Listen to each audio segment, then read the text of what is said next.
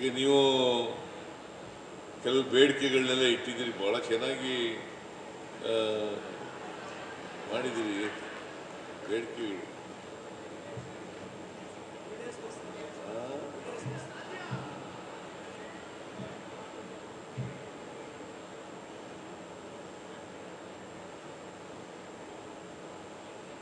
ಭಾಳ ಇದರಲ್ಲಿ ಹಾಕಿ ಅಂತಿದ್ರು ಬೇಡಿಕೆಗಳ ಹಂಗೆ ಕೊಟ್ಟಿದ್ರೆ ಆಯ್ತಿತ್ತು. ಇದಕ್ಕೆ ಖರ್ಚು ಮಾಡಿ ಸಿದ್ದರಾಮಯ್ಯನವರಿಗೆ ಮುಖ್ಯಮಂತ್ರಿಗಳು ಕರ್ನಾಟಕ ಸರ್ಕಾರ ಅಂತೇಳಿ ಸುಮಾರು 6 ಬೇಡಿಕೆಗಳನ್ನು ಇಟ್ಟಿದ್ದೀರಿ. ಇದರಲ್ಲಿ ಕೆಲವು ಬೇಡಿಕೆಗಳನ್ನು ಈಡೇರಿಸಲಿಕ್ಕೆ ಸಾಧ್ಯ ಆಗ್ತದೆ, ಇನ್ನು ಕೆಲವನ್ನ ಚರ್ಚೆ ಮಾಡ್ತೀವಿ. ಈಗಾಗಲೇ ಆರೋಗ್ಯ ಸಚಿವರು ಯಾವುದನ್ನ ಮಾಡಲಿಕ್ಕಾಗ್ತದೆ ಯಾವುದನ್ನು ಮಾಡಲಿಕ್ಕಾಗಲ್ಲ ಅಂತ ಹೇಳಿದ್ದಾರೆ. ನೀವು ಬಹುಶಃ ಎಲ್ಲ ಬೇಡಿಕೆಗಳು ಕೂಡ ಸರ್ಕಾರ ಈಡೇರಿಸ್ತದೆ ಅಂತಕ್ಕಂಥ ಭರವಸೆಗಳನ್ನು ಒತ್ಕೊಂಡಿದ್ದೀವಿ ಅಲ್ವಾ? ನಾವು ಚರ್ಚೆ ಮಾಡ್ತೀವಿ.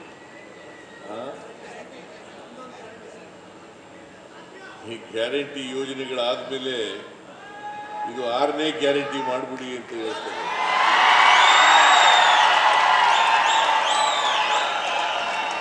ಎಲ್ಲ ಇಲಾಖೆಯವರು ಒಂದೊಂದು ಗ್ಯಾರಂಟಿ ಆದರೆ ಎಷ್ಟು ಗ್ಯಾರಂಟಿಗಳಾಗಬೇಕು. ಬಟ್ ಎನಿವೆ ಈ ಸರ್ಕಾರ ನಿಮ್ಮ ಜೊತೆಯಲ್ಲಿ ಇರ್ತೇವೆ ಅಂತಕ್ಕಂಥ ಮಾತುಗಳನ್ನು ಹೇಳಲಿಕ್ಕೆ ಬಯಸ್ತೇನೆ. ಯಾಕೆಂತಂದ್ರೆ ಇವೆಲ್ಲರೂ ಕೂಡ ಆರೋಗ್ಯ ರಕ್ಷಣೆ ಮಾಡ್ತಕ್ಕಂಥ ಕಾರ್ಯಕ್ರಮ, ನಿಮ್ಮ ಜೊತೆ ಇರ್ತೇವೆ.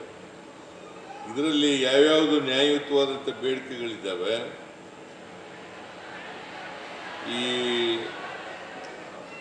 ಬೋನಸ್ ನೀಡಬೇಕು ಅಂತ ಕೇಳಿದ್ದೀವಿ, ಅದನ್ನು ಮಾಡೋಣ. ಹಿಂದಿನ ಸರ್ಕಾರದಲ್ಲಿ 5ರಷ್ಟು ವೇತನ ಹೆಚ್ಚು ಮಾಡಿರಲಿಲ್ಲ, ಅದನ್ನು ಮಾಡಿಕೊಡ್ತಕ್ಕಂಥ ಪ್ರಯತ್ನ. ಆಮೇಲೆ ಅಂತರ್ಜಿಲ್ಲಾ ವರ್ಗಾವಣೆ ಮಾಡಬೇಕು ಅಂತ ಹೇಳಿದ್ರು, ಅದನ್ನು ಮಾಡೋಣ.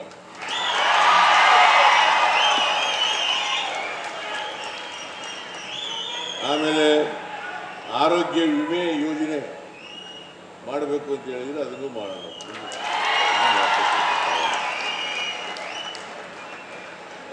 ಆಮೇಲೆ ಜೀವ ವಿಮಾ ಯೋಜನೆಯನ್ನು ಈಗಾಗಲೇ ಜಾರಿಗೆ ತರಲಾಗಿದೆ ಅಲ್ವಾ?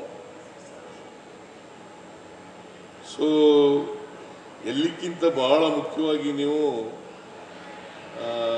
ಕಾಯಂ ಮಾಡಬೇಕು ಅಂತ ಹೇಳಿದ್ರಿ.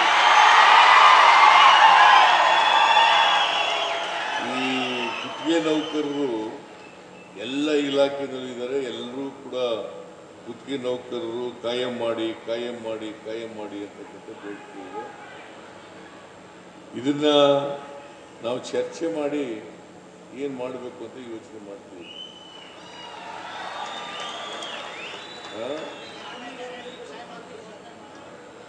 ಘೋಷಣೆ ಮಾಡ್ಬಿಡ ಕಣ್ಮುಚ್ಚಿಗೆ ಮಾಡೋಕ್ಕಾಗಲ್ಲ, ಅದನ್ನು ಮಾಡೋಕ್ಕಾದ್ರೆ ನಮ್ಮನ್ನು ಬಿಡ್ತೀರ ಸುಮ್ಮನೆ ನೀವು? ಹಂಗೆಲ್ಲ ಕಣ್ಮುಚ್ಚಿಕೊಂಡು ಯೋಚನೆ ಮಾಡಿ ಹೇಳಕ್ಕಾಗಲ್ಲ. ನಾನು ಕಾಯಂ ಮಾಡೋದ್ರ ಬಗ್ಗೆ ಆರೋಗ್ಯ ಸಚಿವರ ಜೊತೆ ದಿನೇಶ್ ಗುಂಡೂರಾವ್ ಜೊತೆ ಮಾತನಾಡುತ್ತೇನೆ.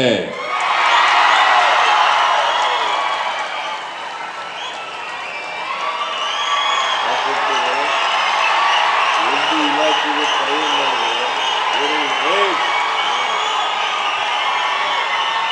ಅವನು ಯಾರ್ಯಾರು ಕುದ್ರತ್ತಮ್ಮ ಯಾಕೆ ಎದ್ದೋಟೋಗ್ಬಿಟ್ಟಿದೆಯಲ್ಲಿ? ನಾನು ಕಾಯಂ ಮಾಡ್ತೀನಿ ಅಂತ ಹೇಳಿಲ್ಲ, ಚರ್ಚೆ ಮಾಡ್ತೀನಿ ಅಂತ ಹೇಳಿರೋದು.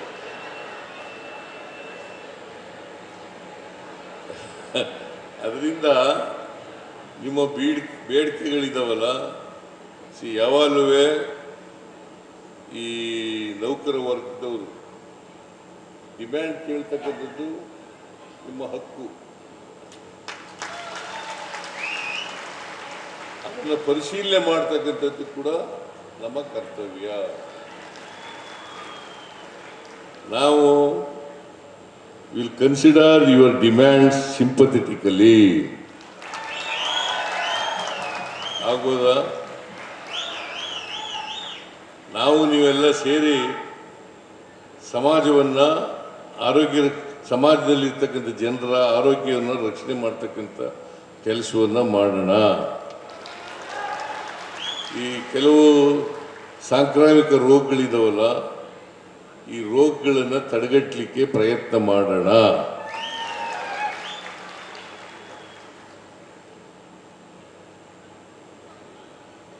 ನಾವು ಮಾಡಿ ಜನರೆಲ್ಲರೂ ಕೂಡ ಆರೋಗ್ಯವಾಗಿದ್ದರೇ ಸಮಾಜದಲ್ಲಿ ಪ್ರೊಡಕ್ಟಿವಿಟಿ ಹೆಚ್ಚಾಗಲಿಕ್ಕೆ ಸಾಧ್ಯ ಅಲ್ವಾ?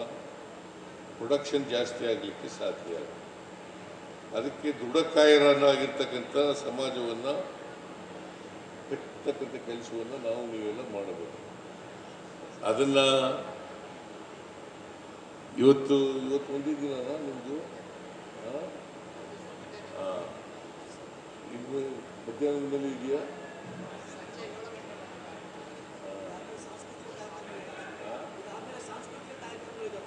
ಅಷ್ಟೇ, ಇನ್ನೇನು ಚರ್ಚೆ ಮಾಡಲ್ಲ ನೀವು? ಚರ್ಚೆ ಆಯ್ತಾ? ಒಳ್ಳೆ ಕೆಲಸ. ನಿನ್ನೆಲ್ಲ ಹೇಗೆ ಸಮುದಾಯದ ಆರೋಗ್ಯವನ್ನು ಕಾಪಾಡಬೇಕು ಅನ್ನೋದ್ರ ಬಗ್ಗೆ ಚರ್ಚೆ ಆಗಿದೆ. ಇನ್ನೂ ಚರ್ಚೆ ಮಾಡಿ ಜನರನ್ನು ಜಾಗೃತಗೊಳಿಸ್ತಕ್ಕಂಥದ್ದನ್ನು ಮಾಡಿ.